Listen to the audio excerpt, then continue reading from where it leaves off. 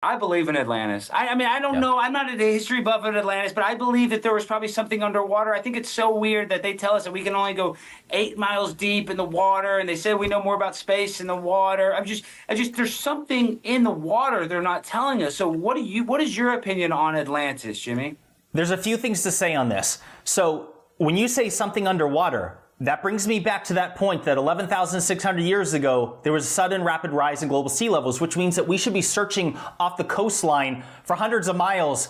But here's something else. When people will laugh off the legend of Atlantis, but there's a few things they don't realize. One of which is that legend actually originates from the ancient Egyptians. The Egyptians said that they were colonists of a destroyed cataclysm. And here's something that's unbelievably fascinating that ties in with that 11,600 year mark when I talk about the Younger Dryas climate catastrophe, which is that Solon. So we've all heard of Atlantis from Plato. Well, Plato got the legend from his distant relative who was Solon, who was said to be the wisest of the 7 sages. He was a Greek lawman and author. And when he went to Egypt, the Egyptian priest had told him that, so he went there in 2,600 years ago, or 600 BC. The priests in Egypt had said that it had happened exactly 9,000 years earlier. Well, 600 BC or 2,600 years ago minus 9,000 is precisely 11,600 years ago. The precise time of when we have scientific evidence that shows that there was a sudden and rapid rise in global sea levels. Like this is not just some Disney movie or some casino in the Caribbean. Like there's actual scientific evidence that corroborates that this was possible. And then you have this site, I don't know if you're familiar with the Rishat structure in the Western Sahara Desert, which I've been putting on blast as being the most likely location of Atlantis.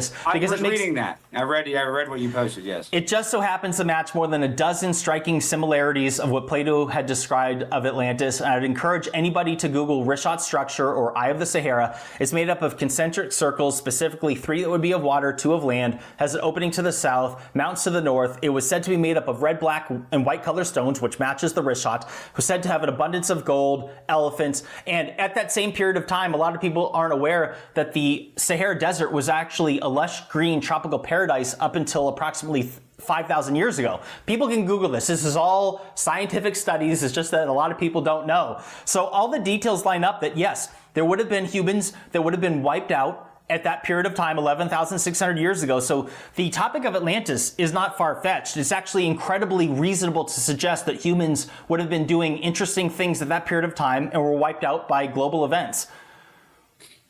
I mean, it's pretty deep, and that's why I love the research that you do. So, Jimmy, how did you personally kind of get into all this? You know, I'm guessing that you're religious, and that's why you're looking at, older stuff. Or, I mean, well, how did you get into it? Because, I mean this with all due respect, this is nerdy stuff, right?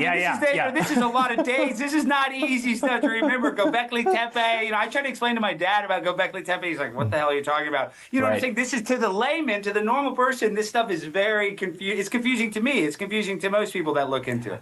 So how I got into it is that back in 2015, I went back to school to get my master's of business administration, thinking that it would give me this 6-figure job and give me the life that I wanted. And then in the middle of that program, I had this, I called it a spiritual awakening. I basically saw my life and realized that I was on a path of misery, that I had a bunch of friends that were very well off, but they all seemed to be a little bit miserable in their 9-to-5 jobs. And they were working like 60 hours a week.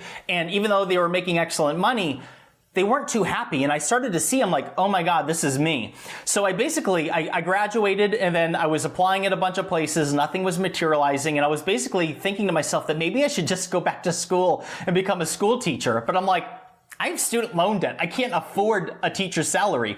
So long story short, I heard that people were making money on YouTube, and I started dabbling around on there. And, I started making videos on the mysteries of lost ancient civilizations, and it kind of took off.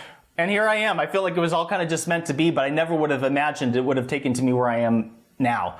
Well, I actually would not be surprised, Jimmy, because the way that you talk about these crazy things, I don't know how else to call it, and you say it in such a professional manner, and it's so good. And I'm just saying, you take these things that a normal person can't understand, and you make it so clear and so easily understandable. So that's why I think that you would be talented if you're trying to do any sort of content, but especially when it comes to ancient civilizations. You really are the premier guy, and that's why people like Joe, that's why you're friends with Graham Hancock, that's why you associate with such successful people. So I'm so fly, I'm aligned with the planes. My grind so